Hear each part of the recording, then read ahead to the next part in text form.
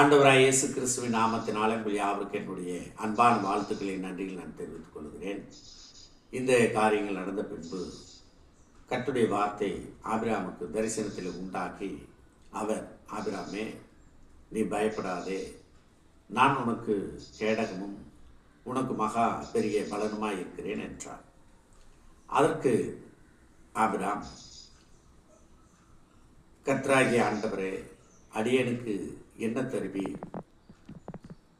தமஸ்கு ஊரானாகிய இந்த எலெயாசர் என் வீட்டு விசாரணை கர்த்தனாய் இருக்கிறானே என்றார்.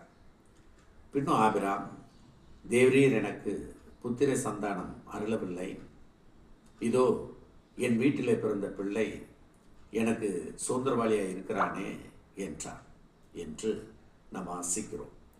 ஆபிரகாமுக்கு புத்திர சந்தானம் இல்லை, பிள்ளைகள் இன்னும் கிடைக்கவில்லை என்று தன்னுடைய மனக்குறையை தேவனுடைய சமூகத்தில் வேண்டுகிறார் என்பதை இதன் மூலமாக நாம் அறிகிறோம். தேவன் அந்த காரியங்களை சந்திக்கிறார். அதற்காக நாம் நன்றி சொல்வோம்.